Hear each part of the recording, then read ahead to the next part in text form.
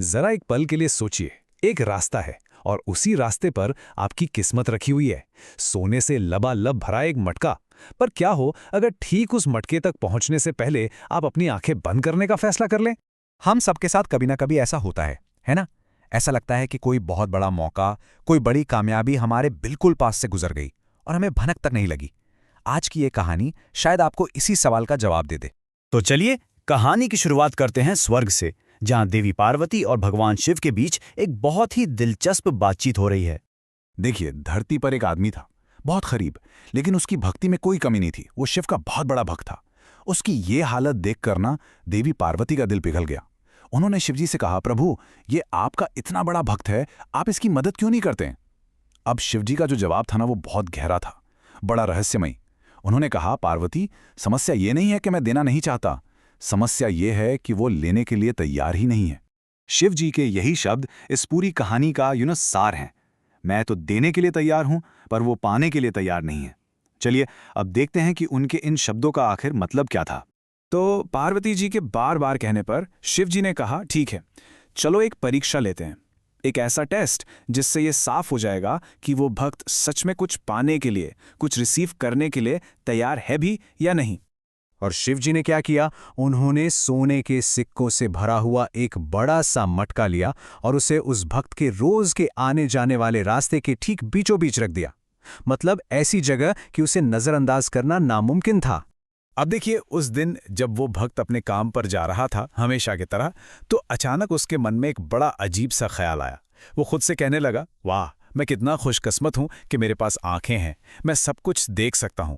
जरा सोचूं तो क्या होता अगर मैं अंधा होता, मैं ये रास्ता कैसे पार करता? और बस अपने इसी ख्याल में वो इतना डूब गया कि उसने सोचा, चलो आज ये अनुभव करके ही देखता हूं।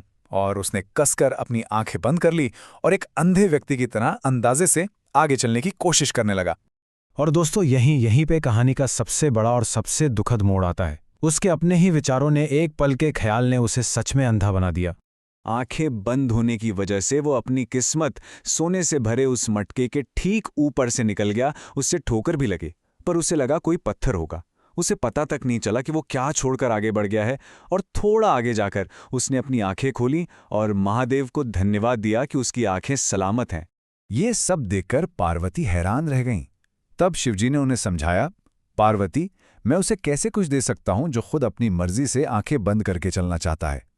किस्मत उसके दरवाजे पर थी, पर उस भक्त ने अपने ही विचारों का दरवाजा बंद कर रखा था। तो इस कहानी से हमें क्या सीखने को मिलता है? ये सिर्फ एक कहानी नहीं है, इसमें वेदों का बहुत गहरा ज्ञान छिपा है जो हमारी जिंदगी पर भी लागू होता है। पहला और सबसे जरूरी सबक है पात्रता का। इसका मतलब है रिसेप्टिविटी, यानी कुछ भी पाने की योग्यता या तैयारी। सोचिए, ईश्वर की कृपा तो बारिश की तरह है, वो सब पर बराबर बरसती है। लेकिन अगर आपने अपना बर्तन, अपना पात्र उल्टा करके रखा है, तो उसमें एक बूंद भी कैसे टिकेगी? हमें अपना पात्र सीधा रखना होगा, मतलब हमें पाने के लिए तैयार रहना होगा। और दूसरा जो महत्वपूर्ण कॉन्सेप्ट है वो है चेतना का, मतलब कॉन्शियसनेस, यानी अपने आसपास क्या हो रहा है उसके लिए जागरूक रहना, वर्तमान में जीना। वो भक्त अपने ही विचारों में इतना खो गया था कि वो वर्तमान की सच्चाई के लिए, अपने सामने पड़े खजाने के लिए अंधा हो गया था। तो देखिए, ये कहानी हमें जिंदगी जीने के दो रास्ते दिखाती है। एक रास्ता है सरेंडर का, यानी समर्पण का, जहां हम अपने आंखें खुली रखते हैं, ऊपर वाले के प्लान पर भरोसा करते हैं और प्रेजेंट मोमेंट में जीते हैं।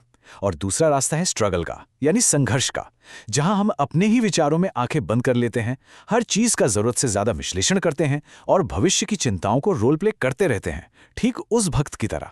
तो अब सबसे बड़ा सवाल यह है कि हम अपनी आंखें खुली कैसे रखें? हम अपने जीवन में ये पात्रता और चेतना कैसे ला सकते हैं?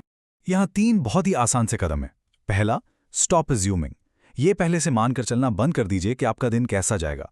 हर पल को एक नई संभावना की तरह देखिए। दूसरा, बी प्रेजेंट। वर्तमान में रहिए। भविष्य की चिंता आज मिलने वाले मौकों और उपहारों के लिए आपको अंधा बना देती है। और तीसरा, सबसे जरूरी, ट्रस्ट द प्लेसमेंट। इस बात पर विश्वास कीजिए कि अवसर, मौके, आपकी किस्मत आपके रास्ते में ही रखे गए हैं। आपको बस उन्हें देखने के लिए अपनी आंखें और अपना दिल खुला रखना है। तो आज मैं आपको इसी एक सवाल के साथ छोड़ के जा रहा हूं। जरा सोचिए, आज आपके रास्ते में, आपकी जिंदगी में सोने का कौन सा मटका रखा हुआ है? और क्या आपकी आंखें उसे देखने के लिए सच में खुली हैं?